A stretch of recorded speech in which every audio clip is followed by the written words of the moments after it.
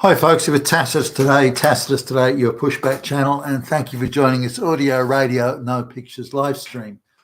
Listen to this essay as you would, or this presentation as you would a radio broadcast. Listen to it in your car or truck as you're driving along, or put in those earbuds when you're on public transport and absorb it all, take it all in. In this essay, I'd like to talk about the generic issues around the Trump assassination attempt.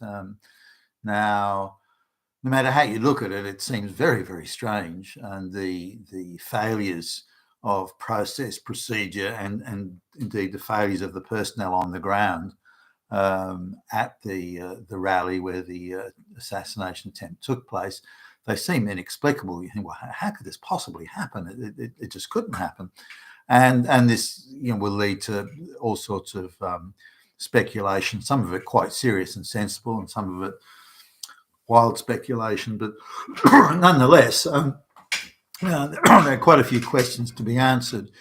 Now we can sort of. I've got some considerable experience in the corporate world, not anything to do with politics, and certainly not assassinations, but in the corporate world where scheming and plotting senior executives set up a situation to fail. They deliberately put the architecture in place for failure because they want it to fail for whatever the reason, and the reasons I'll sort of talk about, or possible reasons I'll talk about later on. But they put things in place knowing that failure will occur, or that the likelihood of failure is close to 100%, and they put the pieces in place as you would pieces on a chessboard to create a certain outcome. Now, coming to the Secret Service personnel, I think there were three, if not four. I think it was three women in Trump's security detail. Only one of them seemed like they were maybe half as good as they needed to be. The other two looked like desk jockey trainees that were, put out there. So we've got a very overweight, middle-aged woman who doesn't seem to know what day it is, and she's on the security detail of the leading candidate and likely winner of the presidential election, and that's who you put on the D. You don't put people like that on a security detail. Not if it's a field operation. Maybe they're back in the office shuffling paper or putting information into the databases or something. A desk, they're working at a desk job, and looking at this. Two of these women, they wouldn't have passed a minimal fitness test, and yet they're out there in a field operation, and in what would be considered, not only an important but a high risk operation. They've got people like that out there. They just looked like bumbling trainees who were out in the field for their very first time. And clearly they didn't know what to do, what they were supposed to do. They were sort of looking at each other. Now, there's also a secondary level. So why were those people put on there? Somebody put those people on that. Someone said, you, and you're going on that security detail. Now, why a middle-aged, very overweight, clearly unqualified for the role woman would agree to this? I mean, maybe she was so stupid. She said, "Oh, okay. You get a free trip to Pennsylvania." "Oh, I've never been to Pennsylvania. That'll be nice." I don't know. Maybe something like that went on, but somebody decided to appoint three manifestly unqualified people to do that. Now, again, I mean, Trump's what, 6'2", 6'3" or something, and they've got 5'4" women. Part of a security detail. I mean, you're kidding me, right? Now, there was some sort of discussion online that women should never be in these sort of roles. I tend to agree, by the way. I do think it is the job of a very fit man who is who's got a shitload of pistol practice so he can hit a moving target and that sort of stuff. You don't want cowboys shooting wildly into a crowd hoping they might hit an assassin. You want a takeout, bang. You want a clean headshot, that sort of thing. So you need experienced people who are coming right at the top of the list for marksmanship and accuracy, shooting accuracy, and so on. and you want tall, fit guys. The guy you're protecting is above average height, so should the security detail be that's around him. Now, split-second action is needed with these sorts of things. If someone's taking pot shots at the person or persons you're supposed to be protecting, you need to be able to move very quickly. A half a second, a couple of seconds can be the difference between life and death here. And the only people that can move with such decision are very fit people. So this is none of these women met that, because the guys did seem fit, but one of them maybe not so much, but the women just weren't fit enough to handle. Now, that does mean there aren't fit women. I've known as someone who's been involved in martial arts for quite a while, I've met quite a few fit women, and I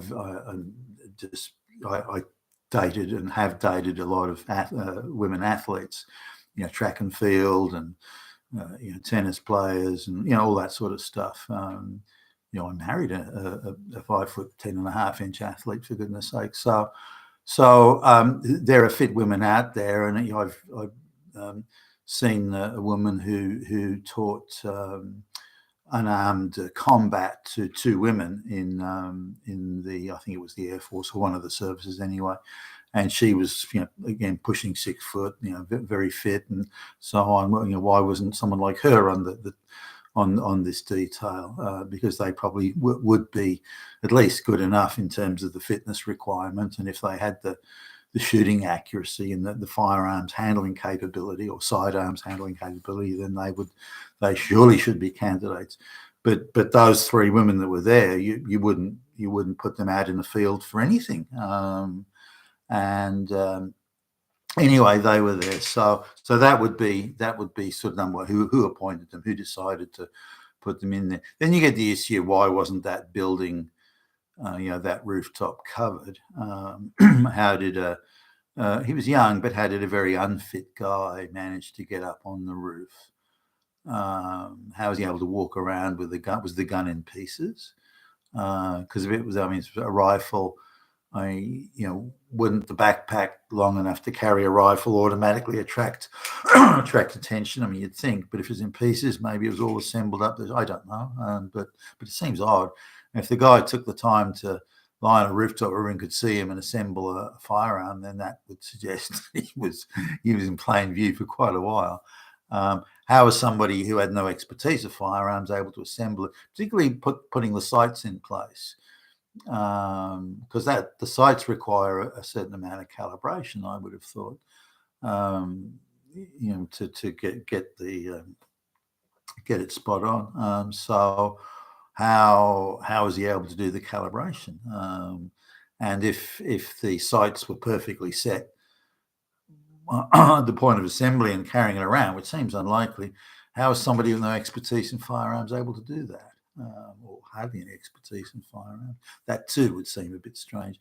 As I understand it, the firearm was under lock and key. I think his parents owned it. How many times had he used it? Was this the first time? In which case, how was he familiar with such an item without having handled it regularly or frequently, or having some sort of experience or training? So there's various sort of questions there. You could, and they're no doubt being asked, and more questions will be asked. Why, after the security services clearly saw the guy, did they not try and take him out, shoot him in the leg or something? Why didn't they try and disrupt what he was doing? All you had to do is disrupt him, and then the whole thing would have been over. He's walking around with a rifle. He'd have been arrested and they put in prison. So it wouldn't have been that hard to disrupt him, if not to stop him, assuming they didn't want to shoot him dead straight away. Again, there's the issue of why didn't they take Trump off stage, even if it was brief. It would have taken only a minute or two less to get over to where the guy was and to detain him, so that the speech would have been interrupted momentarily. It wouldn't have been a big deal. But I suppose there could have been concerns. There might have been other would-be assassins around, but. So there are a whole lot of questions there, particularly why that roof wasn't covered or why it wasn't stationed on it. certainly from the footage I've seen, that roof is an obvious place where if somebody, now, how did that guy know about that roof? Did he walk around scoping the place and go, oh, gee, that roof's a good place. I think I'll climb up there. No one will see me. So we're talking about someone who's very amateurish. If you look at the way he crawls across the roof, according to the footage that I've seen at least, he's certainly no athlete. He is not a fit guy, not by any stretch. So, I mean, he's the least likely assassin you could imagine. Maybe that was part of the thing with the when the guy was noticed as being suspicious, they looked at him and thought, nah, there's no way that guy could even climb up on a soapbox, let alone a roof. Nonetheless, so now coming back to the architecture of how these things are set up, and I've seen these not assassinations, but I've seen things set up to fail in business. So the executive, and I'll just do a sort of generic description of something here. The executive wants something to fail. That their intention is could be, let's say the board of directors is hustling them to do something they don't really want to do. So they want to pretend that they're doing it, but they want it to fail, so they can go back. See, I told you it's going to fail, or some scenario like that. Maybe they're involved in an insurance scam. Maybe they want to get back at someone they don't like. Maybe it's whatever. But whatever the original motivation may or may not be, this is the architecture of how it happens. And it could happen just as they put three overweight, unqualified women on Trump's security team. That's how you do these sorts of things. So you see that roof over there. Let's not put someone up there on that roof. That's how you create, and let's create a very confused command structure. So there's lots of overlapping. So no one's quite sure who's in charge or who's giving the orders, and those hesitations and those, some people are going to be waiting for instructions because they think this guy's the boss, but in fact it's that guy over there, but they don't know that. So the guy who's asked doesn't really know, so he stops to think about it. Oh, am I really in charge of that? So it's 5 minutes wasted as that guy works out that really it's the other guy over there who's meant to do this. Those sorts of things. So those confusions, uncertainties, hesitations, delays, things being overlooked, that sort of thing. That whole architecture is how these things are put together. And so you're appointing someone who's going to be in, the section manager of X or Y or A or B, and so you look around, think that you find a dumb, someone is so stupid that they can't make a decision, they can't work anything out, they maybe don't care, or they can't comprehend, or they're not going to ask questions. They're not going to look at a situation and say, well, gee, that's not going to work. They're just going to sit there and drool. So you pick that person. Okay, you're in charge of that. They're not going to ask questions. You give them an untenable situation. Okay, Billy Bob, you're in charge of that. And here are instructions. Up is down, left is right, night is day. Okay, those are your instructions. Off you go. And Billy Bob sort of looks at it and he drills out of the corner of his mouth, off he goes. So you've set that up. Then you get in, you have the sort of the meeting maybe where you say, okay,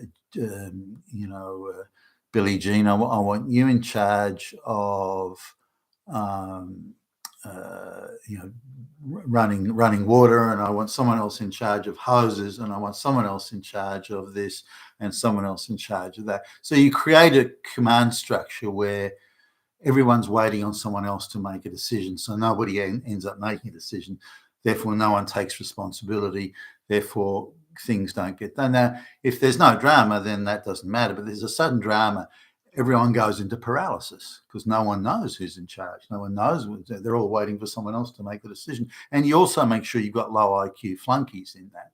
You can't put high-powered people, because somebody might step up and take the responsibility and actually make the decision and take the critical decision at the key moment, which saves everything. You don't want that.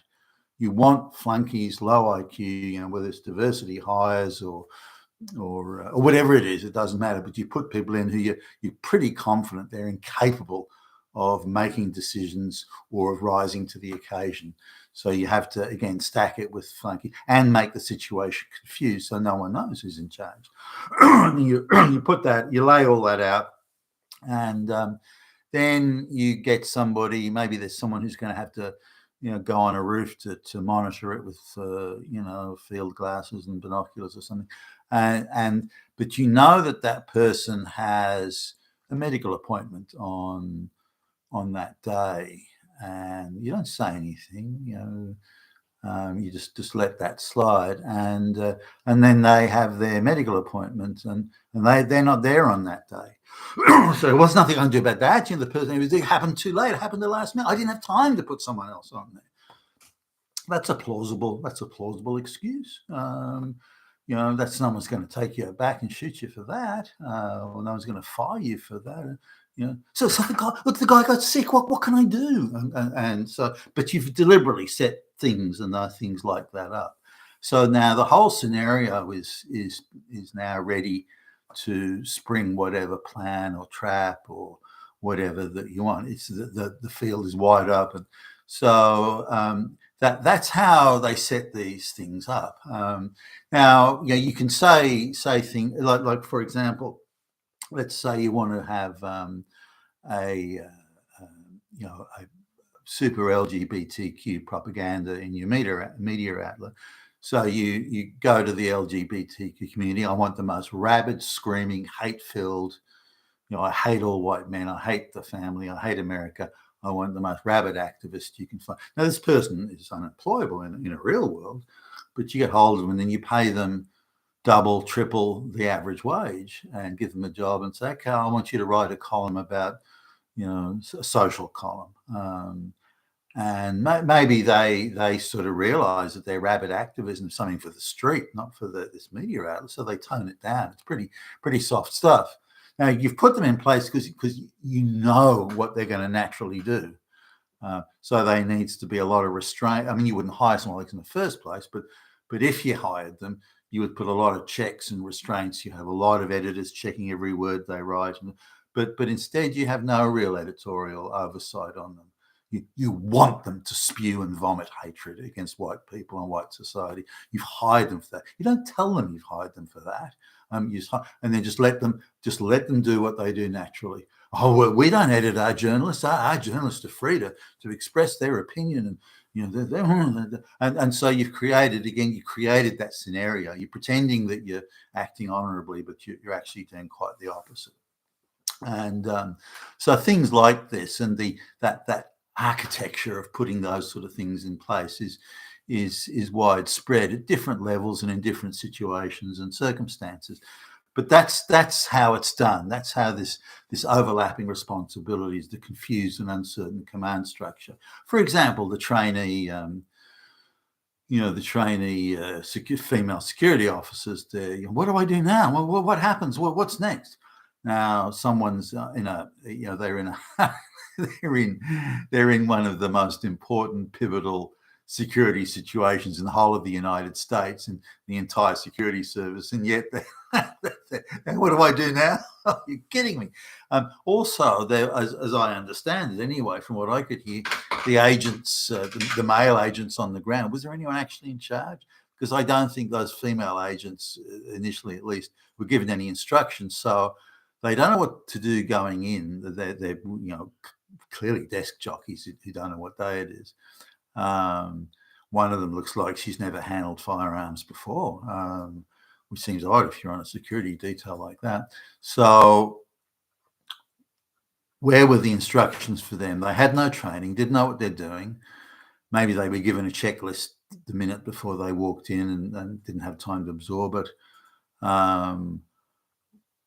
The male agents, was there an agent in charge? Were they actually given instructions? Were they, okay, this is what you do. You do this. Okay, now do that. Do as I say.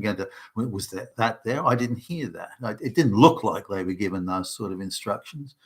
At the last minute, as Trump was put into the car, the motorcade thing, they were standing around there, but even then they appeared confused as to what they were supposed to do. Where they, now watch the crowd, make sure there's no other shooters or something. I don't know. What were they told to do? They did seem confused. So just summarising on this, are there sort of fit, tall, capable, fit women out there? Not the same capability as men. I get that, but certainly I've met them in the martial arts environment, and as I mentioned, that lady that was teaching unarmed combat to women operatives in one of the armed services, she would have been fine in that role. I would have still preferred a man, but at least she's very fit and capable again of unarmed combat and so on. So and not much shorter than Trump. So she would have been an obvious type choice. But the women they've chosen are the least obvious, least qualified, least capable, least likely, least trained. So that clearly is an issue there. The structure of overlapping command and people waiting for instructions before they could do anything. Oh no, I can't do anything. I've got to radio this in, and that sort of stuff. That's ridiculous. There was no streamlined command structure. I would argue that's been done on purpose, or it could be argued that was done on purpose, simply so that if something happened out of the ordinary, the whole system would go into a state of paralysis, which is effectively what happened. So that's my summary of things. But this idea that it was just some unfit, scrawny, punk ass kid that somehow managed to outwit the entire security service, put it in prime position, the only prime position in the place to go, and was allowed to get off 8 shots before anything was done. Oh, I don't buy that, not for a second. You've been with Tacitus today at your Pushback channel, and thank you for listening.